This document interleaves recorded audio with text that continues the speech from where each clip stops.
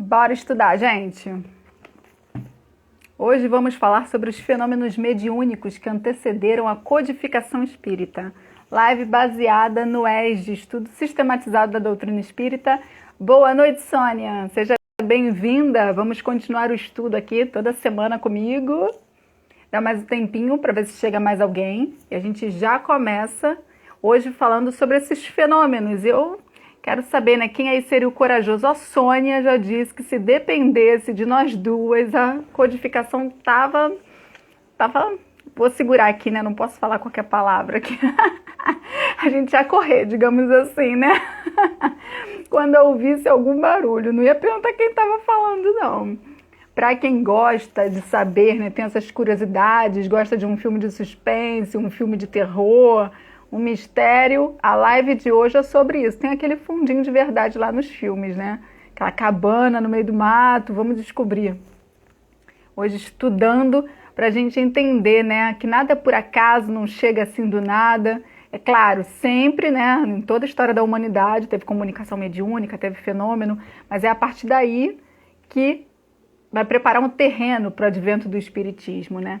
Assim como a gente na primeira live estudou o contexto histórico do século XIX na Europa, para entender o pensamento, a cabeça do povo naquela época, né? Do surgimento do espiritismo. E hoje a gente vai entender esses fenômenos que aconteceram, a importância desses fenômenos mediúnicos no surgimento do espiritismo, preparando também as pessoas, né? Aguçando a curiosidade.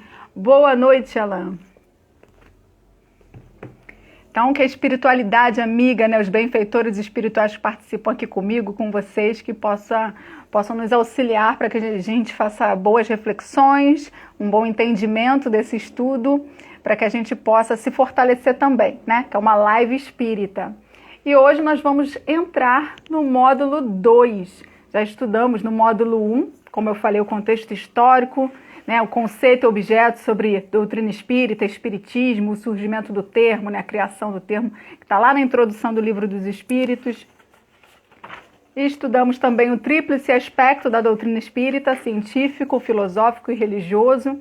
E hoje nós vamos estudar os fenômenos mediúnicos que antecederam a codificação. Heidesvall, quase quebrei a língua, e mesas girantes. Então, começando aqui com o objetivo, né, desse estudo, que é justificar a importância dos fenômenos de Heidesvall e das mesas girantes para o surgimento do espiritismo. Para começar, onde fica isso, né? A gente está falando de dois pontos. Um em Nova York, Estados Unidos, e outro que vai ser na Europa, né? As mesas girantes, elas aconteceram esse burburinho lá na Europa. Então, o fenômeno de Heidesvall, que no caso é a cidade, é a mesma coisa que falar das irmãs Fox. Em 1848, isso antes da codificação espírita, a aldeia de Heidesvall, localizada no condado de Wayne, estado de Nova York, distante 30 quilômetros da cidade de Rochester, até aí é o que está aqui, né? A gente não está... Ou seja, eu entendo assim, que eles estão querendo dizer pra gente, assim, tá bem lá no meio do mato, sabe? Lá escondido da cabana. Depois vocês jogam aí, que ainda não viu, joga no Google para ver a cabana das irmãs Fox. Era um pequeno aglomerado de casas de madeiras com uma típica população de agricultores. Então já viu, né? Nessa aldeia morava a família Fox, uma família de fazendeiros composta pelo pai, John Fox, a mãe, Margaret Fox, e suas filhas, Margaret Fox, de 14 anos, e Kate Fox, de 11 anos. Interessante a gente ver aí, né, como 11 e 14 anos, né, duas jovens. E depois Kardec também, no momento da codificação, vai receber mensagens de jovens médiuns. Então, olha a importância, né? Hoje em dia a gente tem essa questão aí do trabalho ou não para os jovens, tem alguns que ficam segurando aí na casa espírita, né? Não quer dar o trabalho para o jovem, acho que o jovem não tem responsabilidade, ainda não está maduro, tem que ainda estudar muito, passar por muita coisa para poder ter um trabalho na casa espírita. Aí, ó, a importância das médiuns e dos médiuns jovens no surgimento do espiritismo. E eles tinham ainda outros filhos que não moravam com eles, eram da religião metodista. Então, nessa tosca cabana lá, de madeira, lá no meio do mato, que morava a família Fox, havia ocorrido um assassinato de um mascate e o espírito do vendedor produzia sons, barulhos, ruídos, tentando se comunicar com seus moradores. uma coisa assim. Eles queriam dormir e não conseguiam, né? Era sempre um barulho. Então, no princípio, a família Fox não se incomodava com esses sonhos, eles pareciam naturais, acredito eu que assim, achava que de repente era um bicho, né? O vento batendo, enfim. Eles não atribuíam nada de misterioso, não se incomodavam. Só que o espírito, ele não queria se calar, né? Ele queria se fazer perceber. Então, depois de certo ponto, né, de certo tempo, tais barulhos, ruídos e batidas, arrastamento de móveis, ó para isso, gente, eu ia correr dali. Começaram a incomodar tanto que as meninas se negavam a dormir sozinhas, então passou a incomodar de verdade. Entendo eu que assim, começou como algo sutil, né? Às vezes, bateu ali, será que foi o vento? Será que foi um bicho? Né? Alguém está andando pela casa? E depois, com a intensidade desses ruídos e pancadas, aí sim elas se incomodaram para valer. Então vamos lá, né? Agora vamos entrar aqui propriamente nesta explicação que se tem aqui na apostila, que eu acho bem interessante porque a apostila vai detalhando um pouco mais. Então, em 1847, na casa, né, de um certo John Fox e sua mulher, residente em Hades Valley, pequena cidade do estado de Nova York, foi perturbada por estranhas manifestações. Ruídos inexplicáveis faziam-se ouvir com tal intensidade que essa família já não conseguia mais dormir. Apesar das mais numerosas pesquisas, não se pôde encontrar o autor dessa bulha insólita. Logo, porém, se notou que a causa produtora parecia ser inteligente. Por quê? Conforme elas vão ali investigando, elas vão vendo que faz um sentido nas respostas. A princípio, como eu falei, deviam atribuir, né, a outras coisas, né, um vento, um bicho, de repente até uma pessoa, se fosse um barulho fora, né? E aí olhavam e cadê? Não viam ninguém, né? Não tinha a explicação para aqueles barulhos. As filhas do casal Fox, Margaret e Kate, e ainda a mais velha, Lia, casada, eram médiums. Tá aí a explicação. Kate, de 11 anos, no dia 31 de março de 1848, quando as pancadas se tornaram mais persistentes e fortes, resolveu desafiar o mistério, travando-se um diálogo com o que todos julgavam fosse o diabo. Então ela pergunta, né, ela fala lá, Senhor Pé Rachado, faça o que eu faço, batendo palmas. É a primeira forma, né, dela se comunicar, dela tentar se comunicar. Agora esse nome, Pé Rachado, não sei de onde saiu não, mas é o que está aqui, né? Imediatamente se ouviram pancadas, em número igual ao das palmas. A senhora Margaret, animada, disse por sua vez. Na verdade, o que acontece? Se ela fazia assim, eles faziam. Ela fazia 1, 2, 3, eles faziam 1, 2, 3. Então ela percebeu aí nessa relação que a causa era inteligente, porque estava reproduzindo exatamente o que ela fazia. Agora faça exatamente como eu. Conte 1, 2, 3, 4. Foi mais ou menos o que eu já fiz aqui, né? Quando ela falava 1, 2, 3 e assim por diante. Então já começa aí a se estabelecer uma comunicação com o plano espiritual. Logo se fizeram ouvir as pancadas correspondentes. E aí ela pergunta, é um espírito? Se for de 2 batidas. E aí ele responde que sim. A resposta afirmativa não se fez esperar. Se for um espírito assassinado, de 2 batidas. Foi assassinado nesta casa? 2 pancadas estrepitosas se fizeram ouvir. Então, dessa forma, ela começa a fazer perguntas simples, né, para respostas de sim ou não. E aí tem, né, sim e não. Ou ao contrário, né? Enfim, conseguiu obter essa resposta e assim entender o que estava acontecendo ali a partir dessa comunicação de sim ou não. Mas isso aí já começou a não ser suficiente depois de um tempo. Agora eu quero que vocês falem aí, para eu não ficar falando aqui sozinha, se vocês iriam ter essa atitude de querer investigar e entender o que estava acontecendo ali, ainda ficar fazendo essas perguntas. Um espírito foi assassinado nessa casa? Será? Continuando aqui, né? As experiências seguiram-se numerosas e precisas. Os curiosos, atraídos por esses fenômenos novos, não se contentaram mais com perguntas e respostas. Um deles, chamado Isaac Post, teve a ideia de nomear em voz alta as letras do alfabeto. Sempre, Alan, sempre o que tu ia investigar, né? Alan é corajoso, olha só. Pedindo ao espírito para bater uma pancada quando a letra entrasse na composição das palavras que quisesse fazer compreender. Desde esse dia ficou descoberta a telegrafia espiritual. Este processo é o que vemos aplicado nas mesas girantes. Olha que interessante. Elas começam algo ali, uma maneira de se comunicar, e depois isso vai lá para as mesas girantes na Europa, tempos depois. Então, nesse momento, quando se há necessidade de conversar e não está mais satisfeito só apenas com sim ou não, com uma ou duas pancadas, elas começam a fazer essa telegrafia espiritual, considerando assim: A, uma pancada, B, duas, C, três.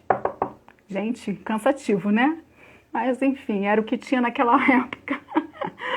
Hoje em dia está bem mais simples, né? Foi através desse processo, o uso do alfabeto na telegrafia espiritual, que os espíritos enviaram mensagens reveladoras dos desígnios superiores. E aí vem aqui uma mensagem para a gente. Caros amigos, deveis proclamar ao mundo estas verdades. É a aurora de uma nova era, e não deveis tentar ocultá-la por mais tempo. Quando houverdes cumprido o vosso dever, Deus vos protegerá, e os bons espíritos velarão por vós. Então ali já fica dito, né, que vai surgir esse fenômeno, a aurora de uma nova era, e não deveis tentar ocultá-la por mais tempo. Os Fox, vítimas da intolerância e do fanatismo dos conservadores da fé, resolveram então oferecer-se para mostrar publicamente os fenômenos à população reunida lá num salão, o maior salão da cidade. Essas apresentações, após passarem pelo exame rigoroso de 3 comissões, foram declaradas verdadeiras e, como era de se esperar, grande foi o tumulto com o quase linchamento das jovens Fox. Então veja bem, né? Eles começaram a ser questionados se aquilo dali era verdade ou não. E aí eles resolveram fazer isso no salão, essas perguntas e respostas, para que passasse por esse critério. E aí, como diz aqui, né, após passarem pelo exame rigoroso de 3 comissões, foram declaradas verdadeiras. Só que isso teve, assim, não foi um apoio, né? O pessoal foi contra elas, até porque o medo do desconhecido, né? Isso é sempre muito perigoso. Foram quase linchadas as jovens, como eu disse antes, né? Uma de 11, outra de 14. Mas a perseguição traz como consequência o aumento do número de adeptos para as ideias que combate aquela história, né, de tudo que é proibido é mais interessante, a pessoa quer saber por quê, né? O que tem ali que eu não posso saber, que eu não posso conhecer, que eu não posso ver. Assim, poucos anos depois, já havia alguns milhares de seguidores do espiritualismo moderno nos Estados Unidos. Então a gente vê que lá na América começa a ser implantado já essa ideia do espiritualismo a partir desse fenômeno, né, de Hydesville, pelas irmãs Fox. Então, a partir disso, dessa comunicação, dessa telegrafia espiritual, é como se já estivesse ali iniciando esse processo de comunicação que vai evoluir com o tempo, e nos Estados Unidos já tem esse pensamento, né, que tudo vai contribuir para que se avance. Então, elas criaram as batidas, né, do alfabeto, e esse espírito se identificou como Charles Honsman. Aqui também diz que elas, né, com essas informações, resolveram escavar a adega para encontrar o esqueleto do suposto assassinato, do assassinado. Inicialmente encontraram apenas vestígios e somente após 50 anos foi descoberta a ossada desse homem assassinado lá. Vários fenômenos deste tipo passaram a ocorrer em outras cidades, em outros países, em outras famílias. Renomadas pessoas, tanto na América como na Europa, estudaram com rigor e profundidade esses fenômenos, sendo sempre comprovada a veracidade dos fatos. Importante dizer também que, no caso ali, elas eram médiuns de efeitos físicos, né? Porque existem vários tipos de mediunidade, nem todos têm vários atributos. No caso, para ter essa movimentação dos objetos, aí o Alan pode até contribuir mais se quiser me ajudar aqui, né? Tem essa diferença de que é necessário o fluido do médium para ver essa movimentação dos objetos. Então, se você não tem essa mediunidade, não precisa ficar se preocupando, achando que vai acontecer com você algo parecido, né? Eu, pelo menos, espero que não aconteça. Às vezes a gente vê filme de terror, aí depois fica morrendo de medo, né? Que aquilo dali aconteça com a gente. Mas tirando o fato de que a gente acaba às vezes sintonizando, entrando naquela vibração, né, naquela apreensão, não tem a questão de tipo, se eu tô vendo aquela movimentação no cinema, no filme ali da TV, vai acontecer também comigo. Porque tem gente que adora filme de terror, mas depois fica paranoico, né? Se o filme fala de determinada hora, a pessoa acorda naquela hora e fica com medo. Se o filme fala de um telefone, fala de uma outra coisa, a pessoa fica paranoica, sempre achando que vai se repetir. O Alan está dizendo, né, os fenômenos físicos, o ambiente retém fluido também. Alan, fale mais a respeito. Pode ir falando que a gente ainda tem tempo para a live, ainda vamos falar das mesas girantes. O ambiente, como assim, Alan? Olha, dando suporte aí. O ambiente tem o fluido e é independente de ter o médium?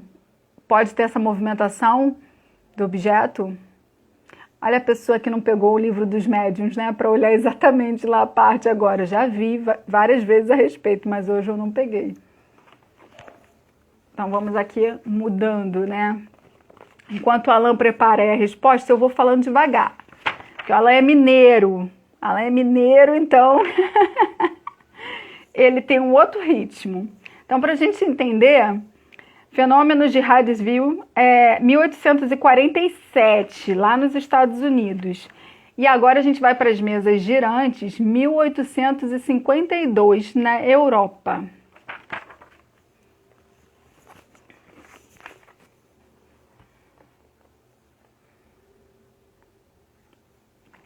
Acredito eu também, né? Que esses fenômenos eles só acontecem quando há o desequilíbrio, não é também sempre. Então isso vai depender do médium, assim como para outras manifestações. Vamos lá, o Alan disse, o ambiente retém fluidos e energias que podem desencadear fenômenos mediúnicos. Olha, Alan pode falar mais aí, fazer uma live sobre fenômenos mediúnicos assim, de efeitos físicos, ó. Eu achei interessante. Então, nas mesas girantes, pode falar mais, Alan, se quiser, que eu vou comentando aqui. As mesas girantes, como eu falei, elas começaram, né? Esse fenômeno começou a acontecer na Europa em 1852.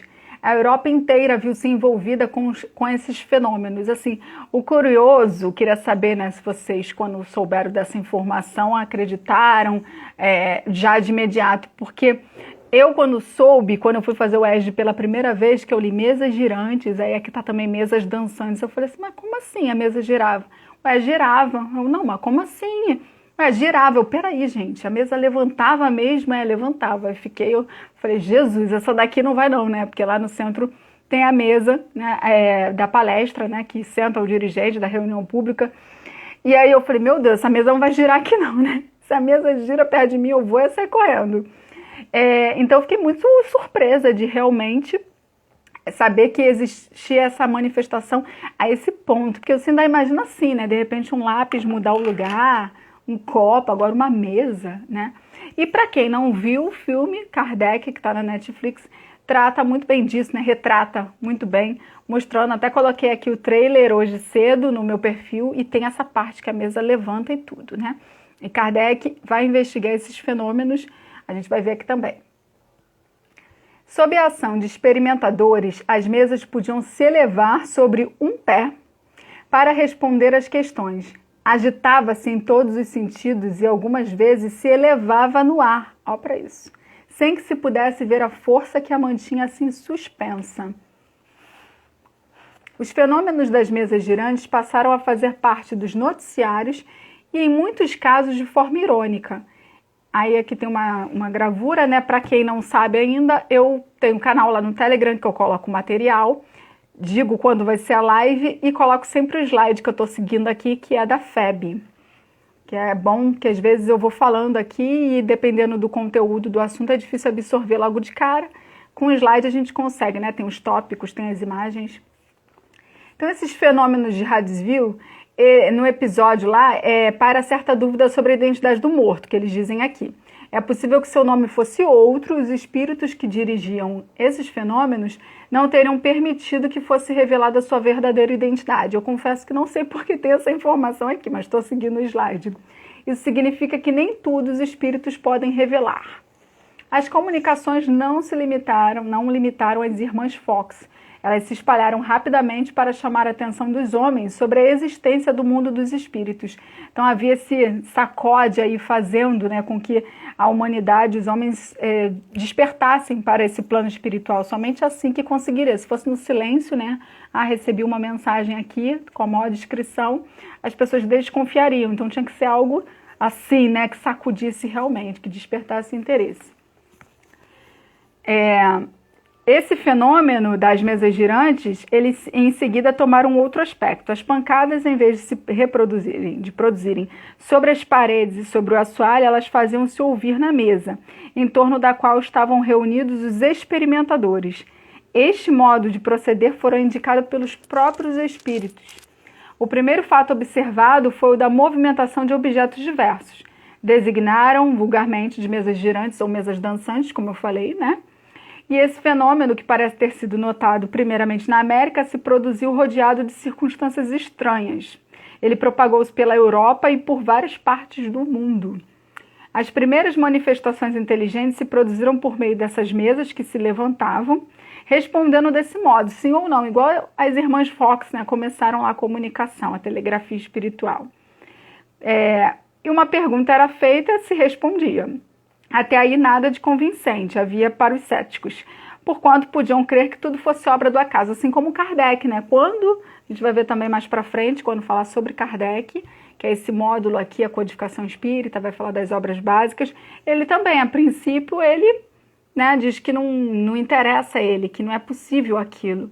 Ele estudava magnetismo, então quando comunicam ele a respeito desses fenômenos, ele não tem muito interesse. Só quando dizem que as mesas dão respostas é que ele fala, aí não é possível, né? A mesa vai pensar? Tem que ter uma causa inteligente.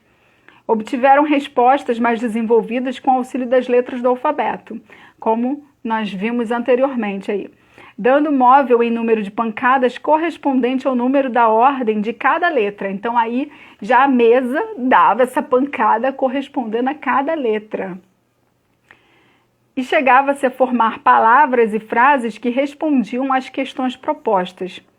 A precisão das respostas e a correlação que denotavam com as perguntas causaram espanto. O ser misterioso que assim respondia, interrogado sobre a sua natureza, declarou que era espírito ou gênio. Declinou um nome e prestou diversas informações a respeito. Então, o próprio espírito é que se declarou como um espírito. Aqui é uma circunstância muito importante. Ninguém imaginou que fossem espíritos como meio de explicar o fenômeno.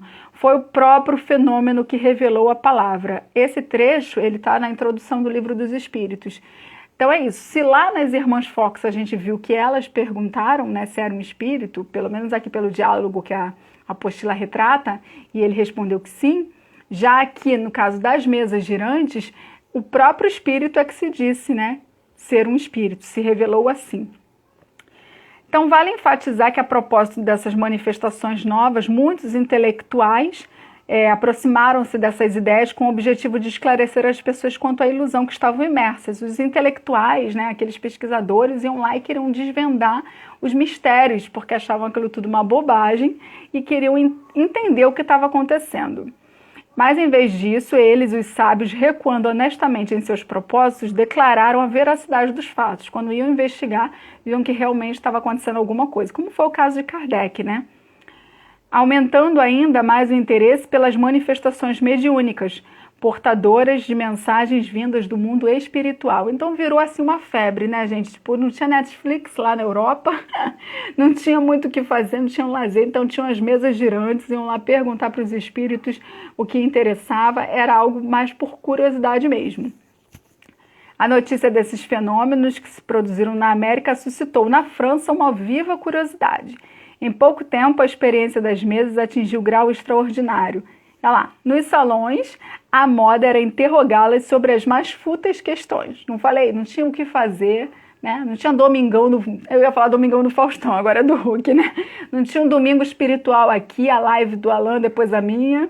As pessoas iam para os salões interrogar a mesa sobre qualquer coisa. Em 1853, a Europa inteira tinha as atenções gerais convergidas para o fenômeno das chamadas mesas girantes e dançantes, considerado o maior acontecimento do século pelo padre Ventura de Raulica, então o mais ilustre representante da teologia e da filosofia católicas. Então, assim, vários estudiosos iam verificar o que estava acontecendo e muitos diziam que aquilo ali realmente era impressionante e por isso chamava-se muita atenção, atraindo cada vez mais pessoas.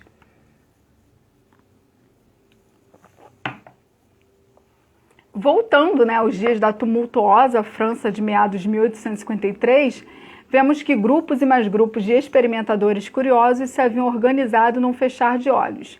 Aí que ele diz, a maravilhosa loucura do século XIX já se havia infiltrado no cérebro da humanidade e Paris inteira assistia, assim como diz no trailer do filme, atônita e estarrecida a este turbilhão de fenômenos imprevistos que para a maioria só alucinadas imaginações poderiam criar, mas que a realidade impunha aos mais céticos e frívolos. Eu fico imaginando agora, gente, imagina. A gente é espírita, a gente acredita. Tirando o Alain, né, que aí disse que está mais do que acostumado aí, né? Mas imagina, alguém falar pra gente assim, naquela casa espírita ali, ou seja, lá naquela casa tá acontecendo a mesa girar. Gente, imagina isso, que babado. Eu não sei não, sabe? Tem o meu lado curioso, tem o meu lado assustado, não sei se eu ia querer ver não. Hoje em dia é mais difícil, né? Acontece, mas é muito mais difícil ter esses fenômenos. Aí, assim, algumas pessoas dizem que é porque não há mais tanta necessidade, porque naquele momento era para causar esse interesse, essa curiosidade. Mas eu vi outro dia, eu não lembro se foi o Haroldo, eu vi alguém falando que não acha que seja exatamente por isso não, e sim pela nossa falta de maturidade. E agora, Alain, o que você pensa? Foi você que falou isso? Não lembro bem quem foi que eu vi falando, que tem a questão da nossa maturidade, da nossa responsabilidade, para que aconteça ou não, né, os fenômenos, como a gente vai lidar com isso. Então, a moda das mesas dançantes, ela teve por efeito fazer numerosas pessoas refletirem e desenvolver considerável a nova ideia. O próprio Allan Kardec era, no início, muito cético face aos fenômenos espíritas, mas foi convencido pela veracidade dos fatos. Como planejaram os espíritos, os fenômenos de Hallsvall repercutiria na Europa, despertando as consciências e, ao lado dos fenômenos das mesas girantes, prepararia o advento do espiritismo. Alan está dizendo que sim, a lucidez da consciência. Você fala com relação a gente não estar preparado mesmo? Não ficou claro para mim. Ou se nós já estamos mais conscientes a respeito disso, né? A gente vai encaminhando aqui, já indo para o final. Esse estudo, ele é mais curtinho. E eu preferi não fazer 2, senão ficaria muito longo. E também por conta do conteúdo, né? Que é bem diferente quando tem uma diferença assim. É bom não juntar os 2 roteiros. Então a gente já vai terminar.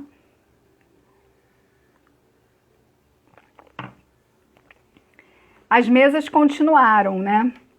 A imprensa francesa, diante da demonstração irrefragável dos novos fatos que saltavam aos olhos de todos, franqueou mais amplamente suas colunas ao noticiar a respeito. Dessa forma, ateando mais fogo nos debates e controvérsias que então se levantaram entre os observadores menos superficiais. Alan está dizendo que sim, nós estamos mais conscientes. Também não somos, né, do tipo, tem que ver para crer, né? Eu já estou crendo, eu falo, não precisa ver não. Então as mesas continuaram, e aí veio o Santo Ofício, em 4 de agosto de 1856, e condenou os fenômenos em voga, dizendo serem consequência de hipnotismo e magnetismo, já que pouca gente acreditava em peripécias do diabo. E taxava de hereges as pessoas por intermédio das quais eles eram produzidos. Ou seja, a igreja veio e proibiu mais uma vez, condenou esses fenômenos, né? Para que as pessoas que estivessem participando tivessem aquele medo, né? Considerando aquilo uma heresia. Mas estava assim já cumprido o papel. Como a gente falou, né? No caso das irmãs Fox, aqui é a mesma coisa. Quando se proíbe, aí é que aguça mais o interesse e a curiosidade do povo. Assim estava cumprido o papel dos fenômenos dessa fase inicial, né, que levaria Kardec a investigar, a receber as mensagens e a codificar a doutrina espírita.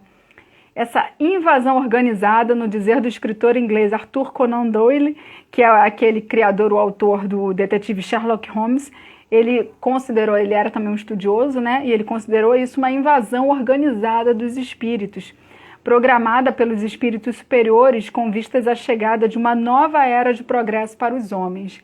Então, a partir desses fenômenos, Kardec recebe essa missão que ele teria de codificar a doutrina espírita, que a gente vai ver aí nos próximos roteiros. Deixa eu dar mais uma olhadinha aqui, para confirmar. No próximo a gente vai estudar Allan Kardec, o professor e o codificador, para ver a história de Kardec, que na verdade não se chamava Allan Kardec, e como foi, né, que ele começa a codificar a doutrina espírita, para trazer esses ensinamentos para a gente, sabendo que se Kardec, por algum motivo, não codificasse, teria um outro, porque tinha que vir, né? E aí, para a gente encerrar o estudo de hoje,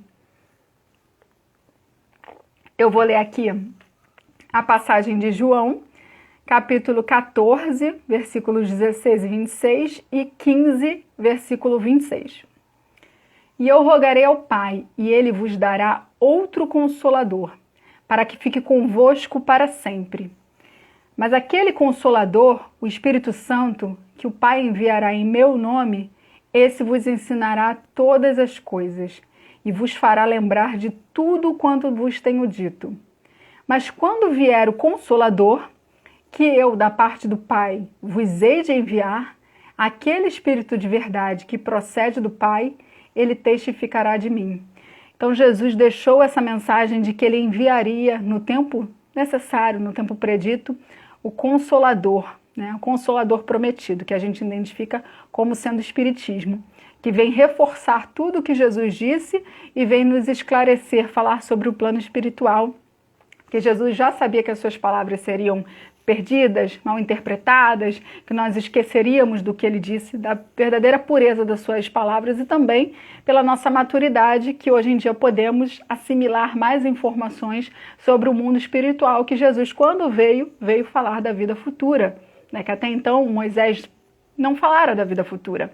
E Jesus, quando vem falar dessa fé no futuro, do caminho para o Pai, do reino dos céus. Então, a partir dessa semana, não tenho certeza se vai ser na quinta-feira, mas essa semana eu vou fazer a live com base no capítulo O Consolador Prometido do Evangelho segundo o Espiritismo, também para entrar no clima natalino. E aí fica essa mensagem, né, que Jesus disse que enviaria o Consolador para que ficasse conosco. Então, assim como alguns esperam a volta de Jesus, a gente tem no Espiritismo essa mensagem, né, que Jesus nos enviou para o nosso consolo, para o fortalecimento da nossa fé e para que a gente possa entender um pouquinho melhor como que deve se seguir esse caminho para o reino dos céus. Agradeço a vocês pela participação. Obrigada, Alain. Obrigada, Sônia. Fiquem com Deus. Uma boa semana para vocês e até o próximo estudo. Tchau!